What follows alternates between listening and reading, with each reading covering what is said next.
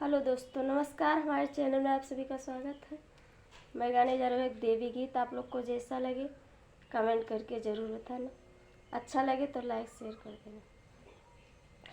कौने रंग चरवैया हमार पिया, कौने रंग चरवैया हमार पिया, कौने रंग चरवैया हमार पिया, कौने रंग गैया कवन रंग बछरू, कौन रंग गैया कवन रंग बछरू, कौने रंग चरवैया हमार पिया, कौने रंग चरवैया हमार पिया, काले रंग गैया सफ़ेद रंग बछरू, काले रंग गैया सफ़ेद रंग बछरू, संवले रंग चरवैया हमार पिया, संवले रंग चरवैया हमार पिया, काऊ खई गैया काऊ खई है बछरू, काऊ खई गैया